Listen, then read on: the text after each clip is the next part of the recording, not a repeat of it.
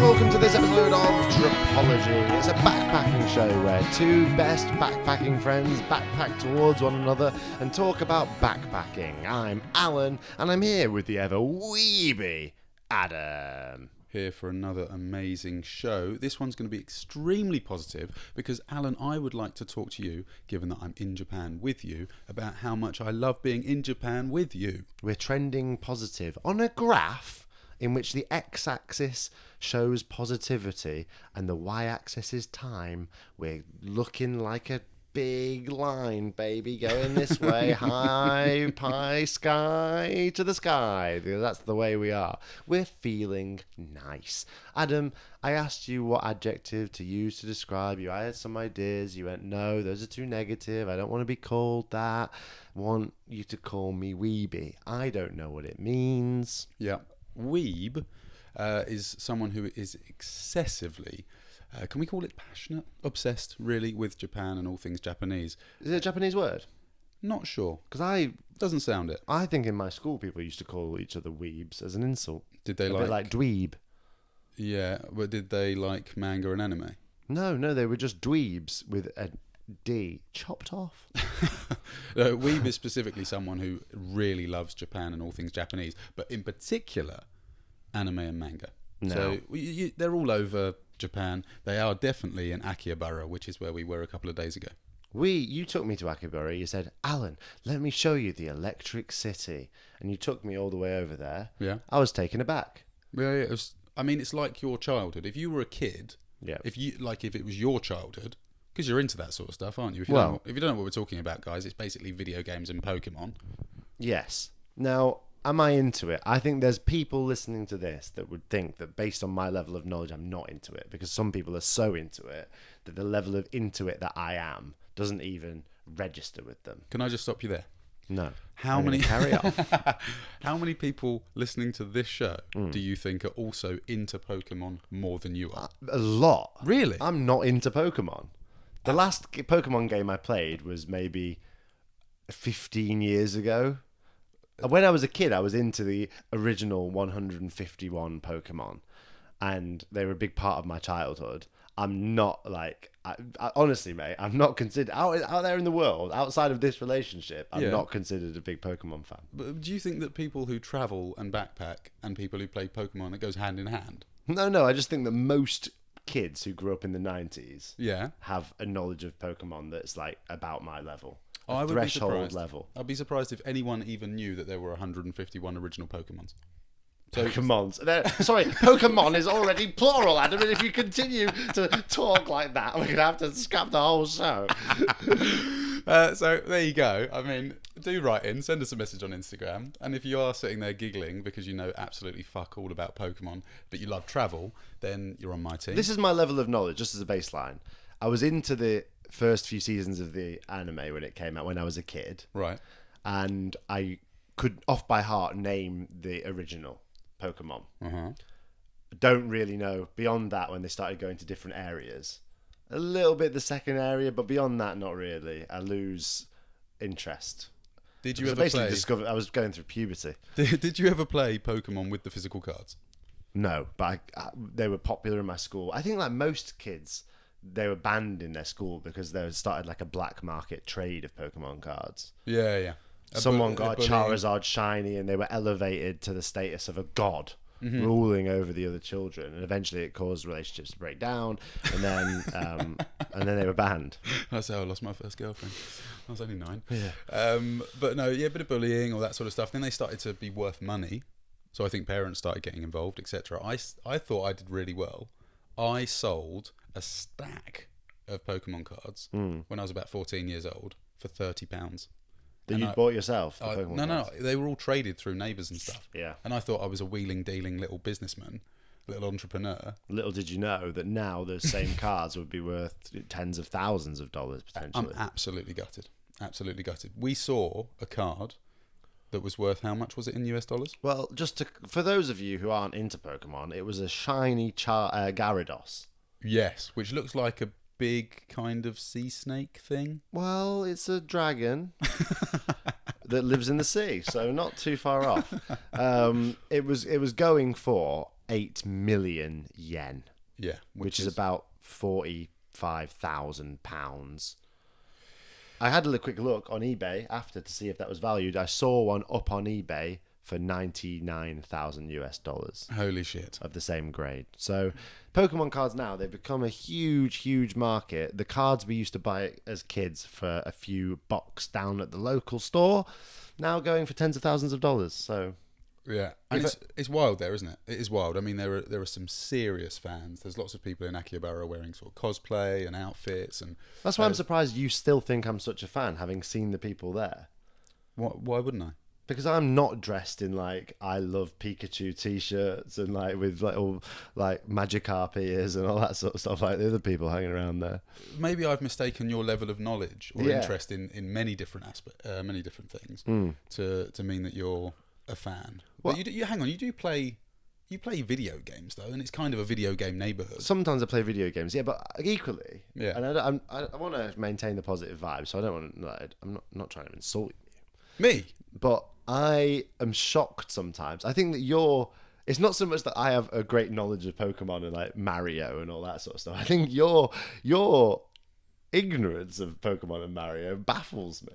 Well, I mean, why I'm just not interested Because in you were just a child in the 90s, though. I thought by osmosis you know what Mario is, what Luigi is, Princess Peach, that sort of thing. I was doing other things. I was dancing around in my bedroom to Backstreet Boys. And I don't know anything about football, so... But what we are talking about is Japan and all things Japanese. Yeah. And maybe why you should visit Japan in 2026 if you haven't already. Yeah. Reason number one, if you have nostalgia for the 90s, a lot of Japanese stuff filtered through into British and American culture during that time.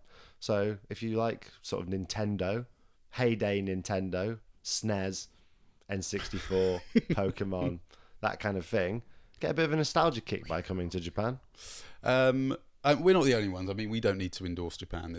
For decades, there's been people coming to Japan for all of the same reasons that we love it. Yeah.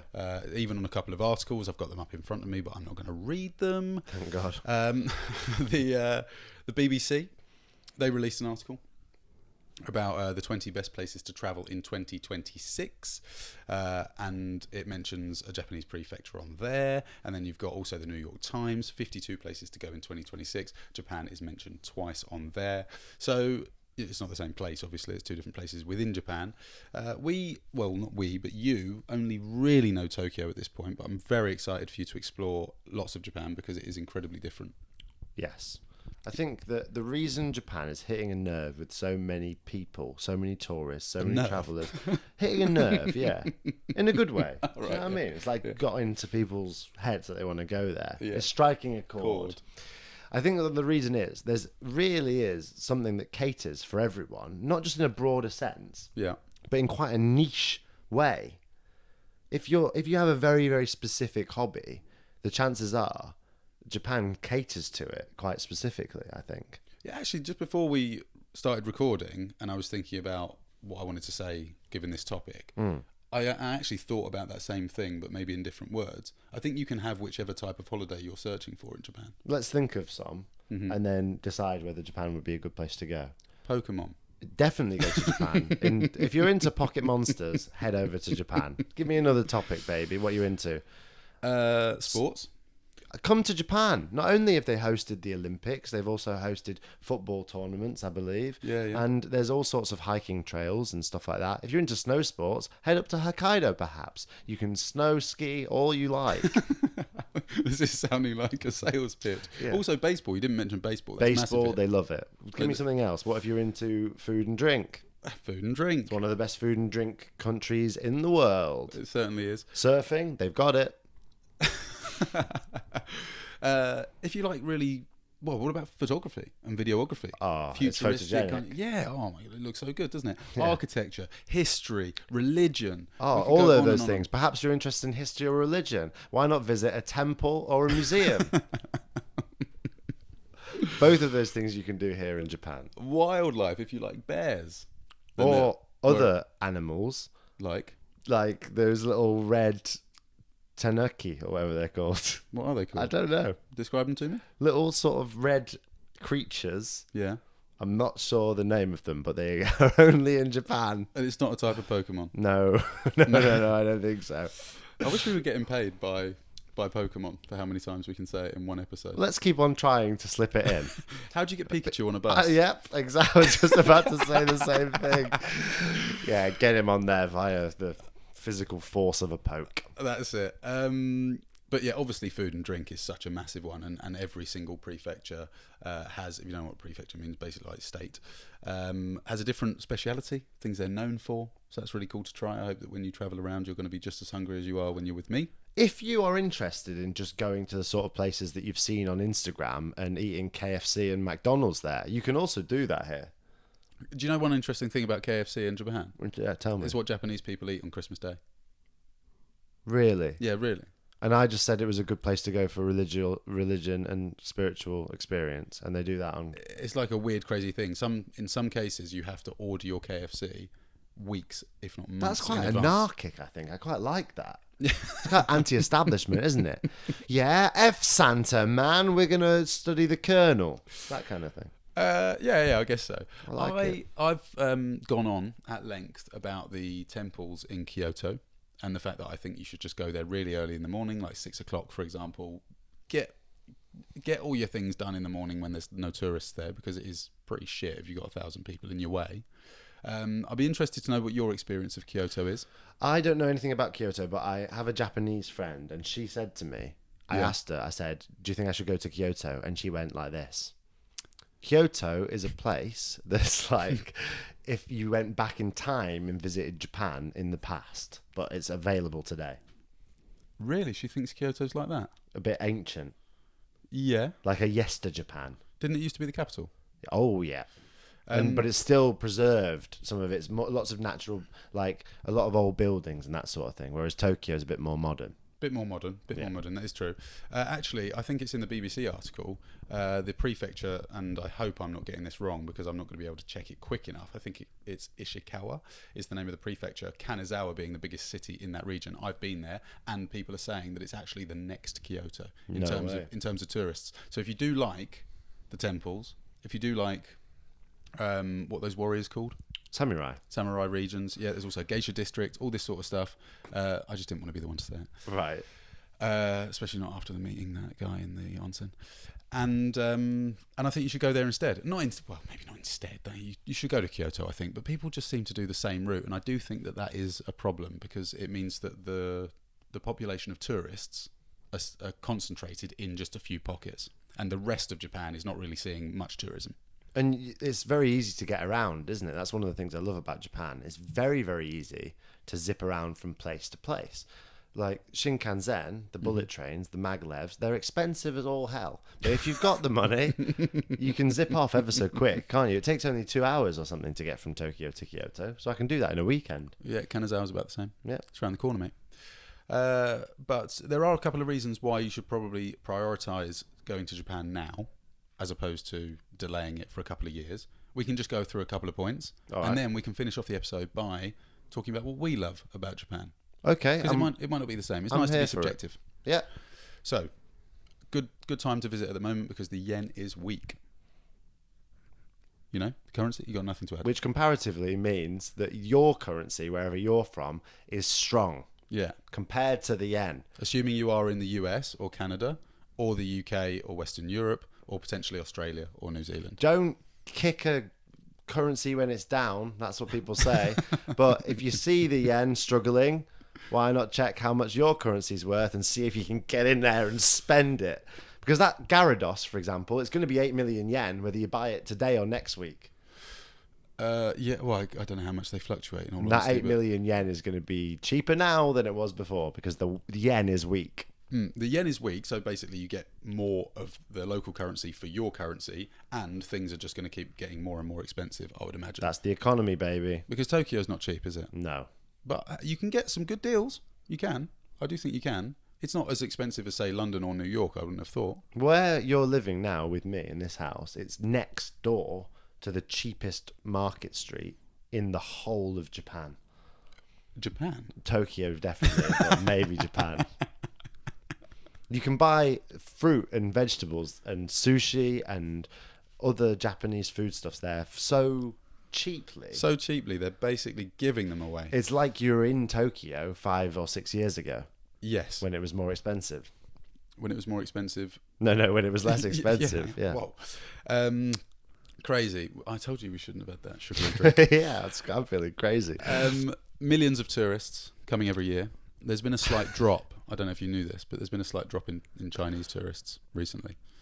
I heard on the grapevine that the... Have you got that in your list of reasons why you should visit Japan now? Well, because there's been a drop in tourists. Yeah. Well, I mean, there's only going to be millions and millions of tourists every single year, so I don't think... Maybe within a few %. But if you don't come for another 5 years, there'll likely be even more tourists then, which I think is a worse experience. There's been a decline in the tourists. Simultaneous to the yen dropping. Why do you think that is? I'm going to tell you why it is. Most of them are Chinese, and I read earlier that it's because of comments that I think it was the Japanese Prime Minister, made about Taiwan. So China said, just boycott Japan and don't visit there as tourists. Wow. It's something along those lines. We don't like talking about politics. So I'm sorry to our Chinese listeners, but, you're currently going through a bit of a boycott situation. But for the rest of you guys, it presents an opportunity to come and visit Japan. Yeah, well, it just goes to show that headlines don't always tell the whole story, because we can sit here and say, oh, there's been a drop in tourists, so it's a good time to come. And then if I say it's actually been a drop in tourists and those tourists are Chinese... We've alienated them. Is it a good time to come? Maybe some people might think it is. Yeah. We're not. It's up to you. Yeah. You've got to decide now, if you're thinking about coming to Japan and using this podcast for advice, decide your stance on the complicated geopolitical discussion that's taken place between the Chinese people, Taiwan, and Japan. Look at those three things all independently. Know that the Chinese aren't coming to Tokyo as much anymore, and then make your decision accordingly. And that's all we can say. Yeah. So the ball's in your court. Whether it was someone high up in the government anyway, made a comment, and I think that's affected things. Look, all I can say is when I was in Hong Kong, there was a load of mainland Chinese tourists in a place called Causeway Bay. Some of those people that lived in that area would come into my bar. I'm not going to tell you what they said, but well, you've got to now. I think I can't. I just can't do it. Was it relevant to this discussion? Yeah, I think so. I don't want to sway people one way or another. That was years ago, anyway. It's a different world now. All right. Did you know that there's a departure tax? When you leave? Yeah. Is that going to ping me? If you leave by land or sea or air. But I'm a Japanese resident. I think you can't leave by land because it would be the sea, because it's an island or a group of islands. I know you're a resident, but I don't think that makes a difference. Really? I'm just going to get taxed just for the act of leaving. Automatically included. Do Japanese people get taxed as well? Wouldn't have thought so, because I think it's only applied to tourists. But I'm not a tourist, I'm a resident. Okay, I'll just read what it says I here. just think if you're going to tax me, tax everyone. Here we go. Japan is set to significantly increase taxes for travellers leaving the country, tripling the current departure levy from 1,000 yen to 3,000 per person, effective from July 2026. Oh, brilliant. Great. That's next month. Luckily, I would have already left by then. I'm going to have to get out quickly. The government How much is the tax? For you? Oh my God, I'm not sure. It's priceless. The government has also announced plans to introduce additional entry inspection fees by 2028, citing pressures from over-tourism and rising fiscal constraints. The departure tax was introduced on January the 7th, 2019. I didn't even realise that, so it is important to, read the breakdown of your flight information pricing, and applies to travellers departing Japan by air or sea, regardless of nationality. The departure tax will be automatically added to airline and ferry tickets, with exemptions for aircraft crew and transit passengers departing within 24 hours. So hold on, are we advising people to come to Japan now, i.e. before July? Get over here now, guys. I don't know what you're doing next week. Guys, I don't know what you're doing right now this second, but if you come now, you've got a weak yen, an absence of Chinese tourists. Yeah. You've got an advancing situation where you can get in and out before the tax pings you. So now there's never been a better time to come and try your hand at being a Japanese tourist. Yeah, I do think it's a really good time. It's also the summer. A lot of people don't really like being in Japan in the summer because it does get bloody hot. But it's supposed to be the rainy season at the moment. It's not been too bad. I've been told that it's one of the hottest, most uncomfortable places on earth during the summer. Yeah, I don't know if they've been to the same places you have. I literally said, I've lived in the Amazon, it was humid, and I've been at the equator at summertime, and then they looked at me and said, it's probably about as bad as that. Having not been there, we assume. Yeah, well, I don't know. Yeah, I don't think, given how many people they could potentially say that to, it's maybe one of those flippant comments. It's just it's the hottest place in the world. Maybe not everyone they're saying that to on a regular basis has been to the same places you have. So I'll probably give them the benefit of the doubt. But yeah, it's horrible. It is sweaty and hot. And I sweat much worse than you as well. do you? I noticed when we were going around India together, When you're making those onigiri? I'd get wetter than you when we were going around India together. India, yeah. Where was the hottest place we were together in India? Do you remember? Mumbai. Just Mumbai? Yeah, when we were just going about a day in Mumbai, I remember it being hot and you being dry. Yeah. I can even remember the shirt you were wearing as well. Well, I'm not talking about one specific day. I've worn more than one shirt. No, but I've got an image in my head of you being sweaty, and I know which shirt you were Go wearing. on, describe it. It was a button shirt. Yeah, It was white. Actually, no, navy blue. Oh, a button navy blue shirt? Have you not had one? No. Okay. So basically we've deduced from that Adam has got a fictitious, imaginary image of me sweating in a navy button-up shirt, and he thinks that's acceptable.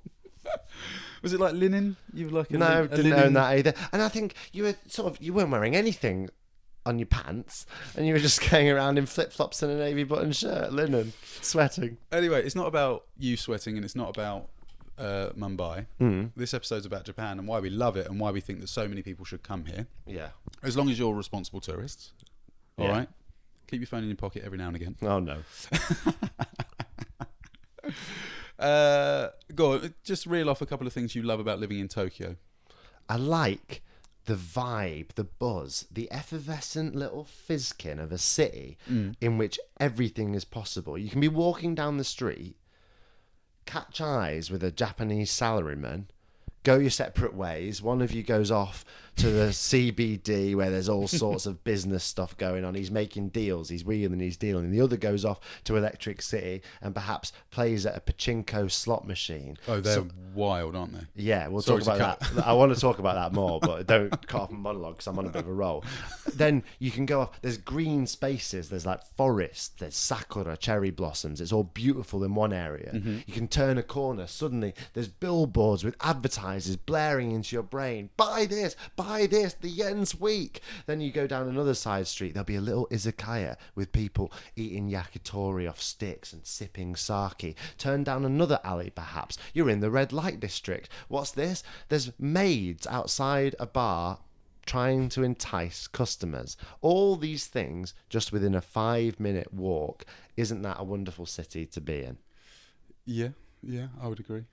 That's what I like about Tokyo. It's the endless possibilities of being in one of the biggest cities on planet Earth. It is absolutely gigantic. And we do have a little back and forth about how long it takes to get across the city, because you keep saying, well, by Tokyo standards, an hour on the train, that's nothing. It's just a normal commute. It's not that. It's just because I've set you up with a place to stay here, and when you complain about how long it takes, I feel like in a way you're sort of biting off the hand that feeds you. Do you know what I mean? It would be like me feeding an apple to a horse and the horse saying, oh, it's going to take a long time to digest. Well, hang on. It is a long time, I think, objectively. Well, it's a big city, Adam. I know. By Tokyo standards, 30 minutes to the centre is not a long time. It is a big city. And there's loads of lovely little pockets that you can go and explore. And they are actually different from one another. Totally different. They've got different personalities. We went to Nakameguro, didn't we, recently? That's my favourite neighbourhood as it stands. We went all the way down the river, lovely little canal walk. I was going to take you to Starbucks, but we didn't get in because there's a ticketing system. Yeah, we refused entry to Starbucks. Yep. You're going to edit that pause out. No, I'm keeping it in. I want the audience to stew on that. Well, just for a bit of context, the Starbucks Reserve Roastery, or whatever the fuck it's called, is a really impressive building in Nakameguro at the end of Walking Street type thing. It's got roughly 4 floors with some viewing terraces. It's all glass. Inside they're roasting beans, and it's not like any Starbucks you've ever been to in your life. I mean, it was really lovely, quite Japanese. They've created an amazing atmosphere inside. I would not be saying to anyone you should go to a Starbucks ever. I said I didn't want to go, but you insisted. I said, look, let's give them one chance to make a good coffee. If Starbucks in any country makes a good coffee, it's in Japan, I think. And we went all the way to the shop, went to go in, and the lady at the door said, have you got his ticket? It's a shame. It's a shame. And we said, well, and no, you actually read, didn't you? You read on a board it was a 45-minute wait or something. There were people, you actually said, you spotted some people over the other side by the river and you said, is that a queue? And I was like, it's not going to be a fucking queue for a Starbucks. Let's not complain about it though, because everyone was just trying their best. Adam, I want to tell the story about the pachinko machine, but just say quickly what you love about Tokyo, and then I'll do that, and then we'll end the app. Well, I say, why to Japan? And if you're anything like me... I'm not. We're quite different, and that's why we work so well on this podcast together. Yeah, if you're anything like me, and I think in this regard you are, I just like walking for hours and hours and hours around gardens and little side streets and alleyways and through busy cities and parks and all the rest of it, and I just eat and drink as I go. I might even go as far as to say the best thing for someone like me about Japan is eating and drinking. It's the food and the food culture. It's not just what they're eating, it's the way they eat it. And if you can get stuck in, you learn a little bit of Japanese, you go out till the early hours. I think it's amazing to experience. And I have gone on record saying this, and I'm going to say it again, Alan. Japan is a very strange place because you feel like you're going into the future and the past at the same time. And it feels equally very strange, like very unfamiliar to you, and also very familiar. It looks like London, but with a Japanese filter over it. Totally. I'd agree with that. And I think that if you are deciding to take advantage of the weak yen, the absence of many tourists, and that you just want to get in and out before they ping you with that departure tax, do take opportunity to eat and drink as much of the local cuisine as you can, because let's say you go to Tokyo for 3 weeks, there's going to be there's many days in 3 weeks, and you could have a completely different dish on every single day, because that's how varied Japanese cuisine is. It is amazing. And don't be put off by people not speaking English either, because you got Google Translate, the Lens app thing. Enough people, in my opinion, in the big cities speak very good English, even though they might be a little bit shy. So don't let that deter you. It's a good time to come. It really is. I think fall is maybe my favourite. That's autumn for our UK listeners. Yeah, also, don't let people tell you what you can and can't do.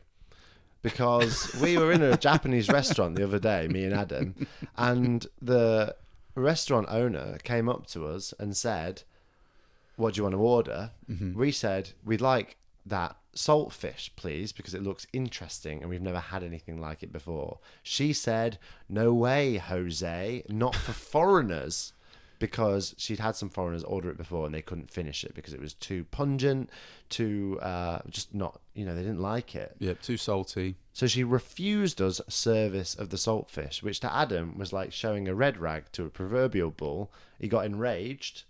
Not enraged. No, intrigued. You did get enraged, but you held it within. I was proud of you. So I could tell in your head you were angry. I think so. This woman spoke good English. She really did. She went to London like 30 years ago and still kept the English current.